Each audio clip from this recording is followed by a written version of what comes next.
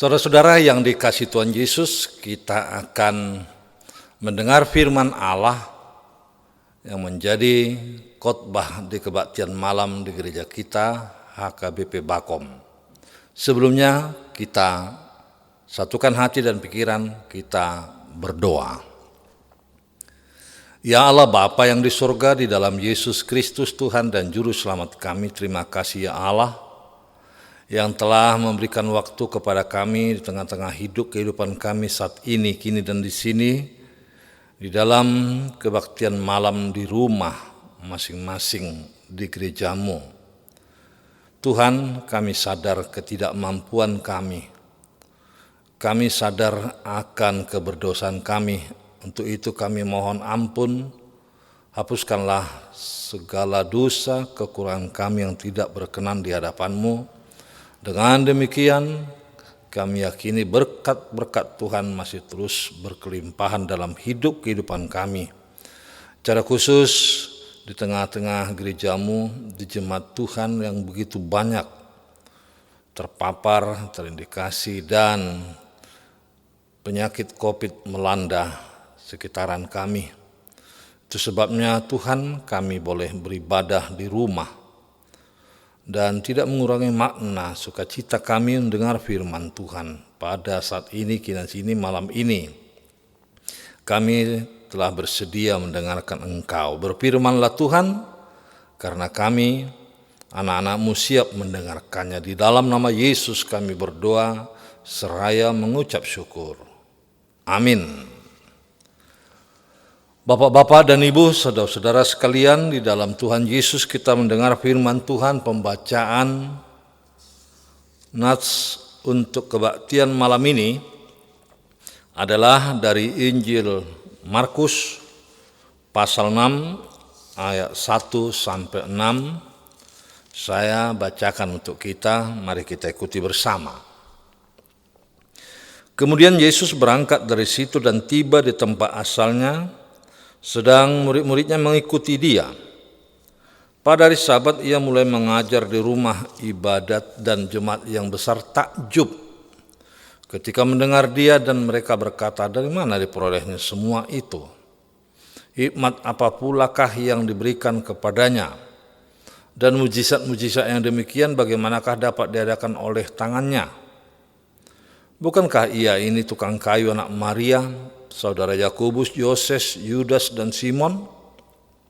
Dan bukankah saudara-saudaranya yang perempuan ada bersama kita? Lalu mereka kecewa dan menolak dia. Maka Yesus berkata kepada mereka, seorang nabi dihormati di mana-mana kecuali di tempat asalnya sendiri, di antara kaum keluarganya dan di rumahnya. Ia tidak dapat mengadakan suatu mukjizat pun di sana, kecuali menyembuhkan beberapa orang sakit dan meletakkan tangannya atas mereka. Ia merasa heran atas ketidakpercayaan mereka. Lalu Yesus berjalan keliling dari desa ke desa sambil mengajar. Sedemikian firman Tuhan. Saudara-saudaraku yang dikasihi Yesus, kini kita temukan dalam perikop ini bagaimana kisah Tuhan kita Yesus Kristus kembali ke tempat asalnya. Atau katakanlah dia kembali ke kampung halamannya, yakni Nazaret. Ia datang dengan identitas baru sebenarnya, di mana yang berbeda jauh ketika dia banyak bermain ketika di masa kecilnya, ketika bersama teman-temannya di masa mudanya. Kini dia datang sebagai guru. Kehadirannya tentunya mempunyai makna, bukan hanya sekedar pulang kampung biasa. Sehingga banyak orang mengikut dia, saudara-saudara, terutama para murid. Di dalam perjalanan pulang kampung ini, Tuhan diikuti para muridnya dan juga banyak orang mengikut dia untuk melihat mujizat, tanda keheranan yang diperbuat Yesus. Hanya sebatas itu. Dan di pihak lain, Kita tahu persis bagaimana orang Farisi ahli Taurat mencari celah untuk mencari-cari kesalahan Yesus. Dalam perjalanan ini Yesus menegaskan bahwa perubahan baru ada di dalam Dia. Dia sebagai seorang guru dan kini melaksanakan tugasnya sebagai guru mengajar di rumah-rumah ibadat pada hari Sabat. Apa yang dilakukan Yesus sebenarnya melebihi tugas dari seorang guru biasa, karena dia juga boleh dan mau bahkan bisa menyembuhkan orang yang sakit, mengadakan tanda-tanda mukjizat. Namun saudara-saudara, demikian banyak yang diperbuat Yesus, tetapi di sekitaran kampung halamannya dia mendapat penolakan keras dari kawan sekampungnya di Nazaret itu. Mereka tidak mau menerima Yesus. Mereka menolak dan bahkan mukjizat tersebut tidak diakui mereka. Mengapa saudara-saudara? Yesus hanya diakui sebagai seorang anak tukang kayu. Namun demikian bapak-bapak dan ibu, sesuatu yang luar biasa kita harus belajar dari Tuhan kita Yesus Kristus ini. Dengan rendah hati Tuhan menanggapi dan bahkan kadangkala dia tidak tanggapi.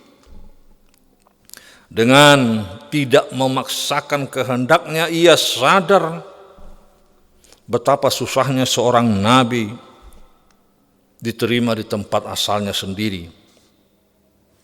Itu sebabnya Yesus heran, saudara-saudara, mengapa?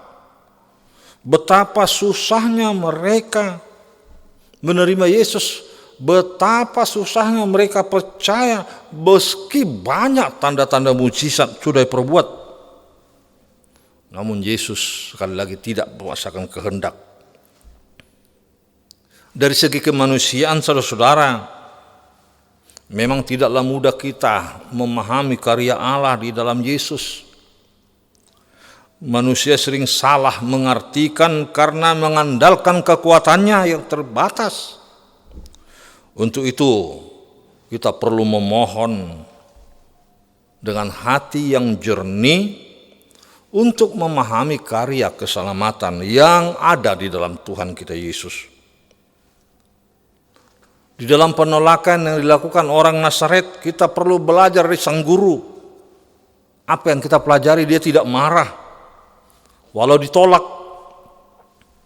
walau orang-orang sekotanya, sekampungnya tolak, Yesus menahan diri saudara-saudara. Dan dia tidak lagi berbuat tanda-tanda heran. Dia tidak lagi melakukan mukjizat di sana. Barangkali Yesus kecewa, bukan? Tetapi dia tidak tunjukkan kemarahan, kekecewaan itu walau ditolak. Orang di kala itu masih hidup di masa-masa lalu mereka. Itu profil orang Nazaret. Dan kini mereka tidak mengerti siapa Yesus itu sebenarnya. Walau digelari Yesus dari Nazaret. Saudara-saudara yang dikasihi Yesus, kembali ke topik. Judul khotbah kita di kebaktian malam ini adalah menyuarakan kebenaran. Kita coba ambil satu poin dari ayat 4. Seorang nabi dihormati di mana-mana kecuali di tempat asalnya sendiri, di antara kaum keluarganya dan di rumahnya. Itu sebabnya timbul pertanyaan saudara-saudara, mengapa nabi ditolak di tempatnya sendiri? Mengapa nabi ditolak di keluarganya sendiri? Mengapa ditolak di rumahnya? Tentu bukan hanya Yesus yang mengalami hal seperti ini. Pasti kita pun pernah mengalami. Pasti saudara-saudara pernah merasa tertekan, menderita, mengalami hal seperti ini. Di saat kita menyampaikan kebenaran, namun justru kita malah dijauhi. Ketika kita ingin menolong orang lain, ternyata pertolongan itu tidak dihiraukan. Bahkan kita menjadi bahan omongan orang. karena ingin mencari pujian mereka anggap, ingin dilihat orang begitu hebat. Tatkala saudara berkata benar, kebenaran itu, orang langsung menilai tidak baik. Yang kita katakan benar tentu barangkali tidak benar bagi orang lain. Apalagi belakangan ini berkata benar aja susah, salah bagi orang lain. Itu sebabnya kita perlu memikirkan di dalam renungan ini, mengapa kita ditolak? Ada sesuatu kondisi yang pertama, karena masalah status keluarga kita barangkali. Belajar dari pribadi keluarga Yesus. Dia adalah anak seorang tukang kayu. Itu sebabnya kalau kita bawa dalam diri kita dinilai bukan hanya kita tetapi seluruh isi rumah kita, seluruh keluarga kita, saudara-saudara. Banyak serangan tuduhan kepada kita dengan berbagai alasan sehingga orang akan berkata lebih baik engkau perbaiki dulu sifatmu. Perbaiki dulu keluargamu, berkaca kau, macam-macam tuduhan. Tentu kita sadari memang kita benahi diri, kita benahi keluarga baru bisa membenahi orang lain. Tetapi kalau orang lain menuduh kita perbaiki keluarga mana, sangat menyakitkan, padahal tidak ada yang salah. Terkecuali memang ada sesuatu yang patut pertanyaan, ada sesuatu yang salah di keluarga. Pantas kita tidak layak berkata benar pada orang lain di luar rumah kita. Itu yang pertama, kondisi status keluarga kita, maka kita ditolak. Yang kedua, saudara, penolakan kepada kita karena pengaruh lingkungan. Kita melihat yang terjadi di dalam pribadi dan pelayanan Yesus. Tuhan dianggap rendah oleh orang lain. Tuhan dilecehkan sebagai anak tukang kayu rendahan. Banyak tuduhan seperti itu. Kadang-kadang muncul dari saudara-saudara kita, mana ada pendidikannya itu, dan lain sebagainya. Dari kampung pun begitu-begitunya itu, macam-macam. Apalagi sekarang semakin bertingkah katanya, wah saudara-saudara, pengaruh lingkungan ini sangat hebat. Sehingga kita tersudut. Namun demikian belajar dari penolakan yang dua ini saudara-saudara, mau tak mau, belajarlah pada Yesus, meneladani jati diri Tuhan yang tidak pernah menolak, tidak pernah marah. Atau bahkan kita katakan kita tidak meratapi nasib kita, mengapa ini terjadi. Atau barangkali Tuhan akan seperti itu, tidak sebenarnya. Tuhan tidak menyerah begitu saja. Kita pun tidak menyerah begitu saja, saudara-saudara.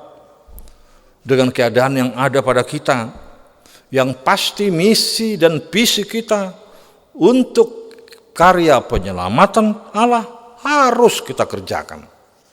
Ini yang utama.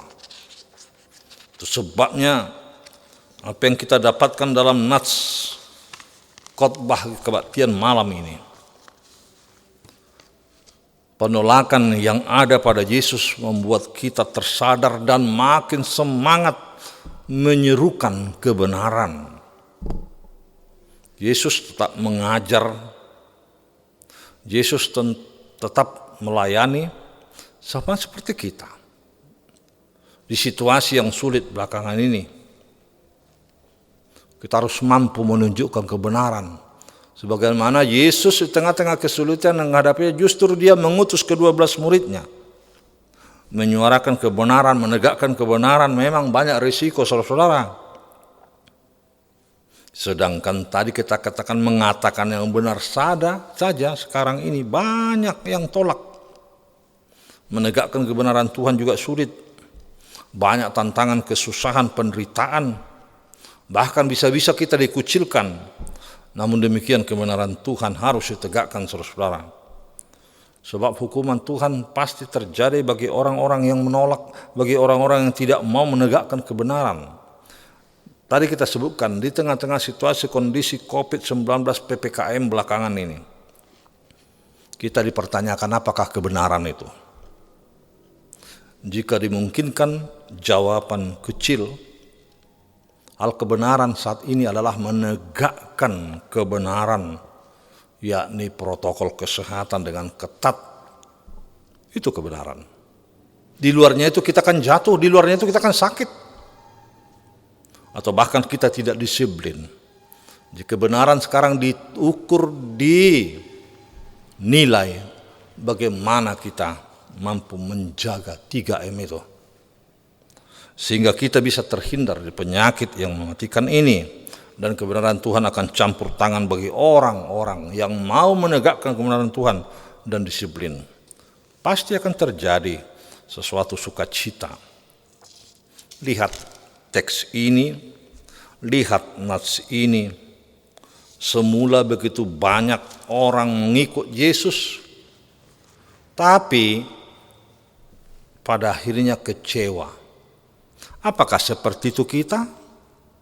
Jawabannya tidak. Sekali kita ikut Tuhan, terus. Sekali pegang Yesus, terus. Walau banyak yang mengecewakan kita, walau banyak penderitaan yang kita alami karena mengikut Tuhan, tetapi yakini, saudara, ada upah orang yang menyuarakan kebenaran. Bukan di sini, mungkin tempat lain. Itu nilainya. Lihat, Nabi tidak dihormati di tempatnya sendiri, tetapi tempat lain. Nah, ini belajar di sini, saudara-saudara. Mungkin kita tidak bisa tengah-tengah kehidupan kelompok yang kita hadapi, bisa pindah tempat lain kita diterima. Tapi yakini, sebagai orang-orang yang menyuarakan kebenaran sebenarnya, walaupun sulit ditembus dengan berbagai tantangan rintangan, tapi kita yakini satu waktu orang akan sadar bahwa kebenaran Tuhan itu yang utama. Tuhan pasti berbuat yang terbaik bagi saudara. Sekali lagi, suarakan kebenaran keadilan, katakan ya jika ya, tidak jika tidak. Itu yang utama. Jangan abu-abu. Menyuarakan kebenaran walaupun penuh risiko, tapi siaplah bahwa di balik tantangan penderitaan itu ada sukacita. Di balik sakit derita yang kita alami, yang saudara alami, ada kesembuhan, sukacita yang diperbuat Yesus. Tuhan memberkati. Amin. Bapa di surga, terima kasih Tuhan atas firman dan berkat-Mu yang telah kami terima melalui pemberitaan khotbah saat ini. Berkati itu menjadi sukacita bagi kami yang mendengar. Jemaat Tuhan semakin dikuatkan untuk menyerukan kebenaran yang dimulai dari diri sendiri. Dan tidak ada lagi penolakan, Bapak. Walaupun dunia ini menolak, tetapi menyuarakan kebenaran itu adalah baik.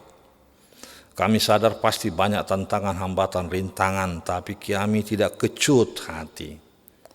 Kami tidak akan kecewa belajar dari pengalaman Tuhan Yesus yang kembali ke kampung asalnya Nazaret. Begitu tegarnya dia bahkan semakin gigih memberitakan hal kerajaan surga, pertobatan untuk orang banyak di kala itu. Jadi demikianlah Tuhan belakangan ini kami disadarkan kembali untuk belajar taat, belajar untuk menyuarakan yang baik dari diri sendiri kepada keluarga, pada orang lain. Dan orang lain akan bersuara juga hal kebenaran itu, meniru apa yang diperbuat Tuhan dan tidak mencerca. Hal yang kecil pun sangat berharga, apalagi untuk boleh berbuat yang besar lagi. Mampukan kami dengan kuat kuasa Roh-Mu yang kudus dan menyatakan kebenaran belakangan ini tengah-tengah sulitnya hidup. Karena begitu banyak jemaat Tuhan, begitu banyak saudara-saudara kami yang di luar kami, keluarga-keluarga kami, dan bahkan yang jauh dari kami terpapar COVID-19 ini yang begitu ganas. Tolong Tuhan, Tuhan menyuarakan kebaikan, kesembuhan, kebenaran sebagaimana Engkau datang ke Nazaret melakukan tanda-tanda mukjizat, kesembuhan itu nyatakan. Dan Engkau lebih berkuasa dari sakit. Terima kasih Yesus. Ampunkan kami salah dosa kami, sehingga nama Tuhan tetap dipermuliakan. Dalam nama Yesus kami berdoa seraya mengucap syukur. Amin.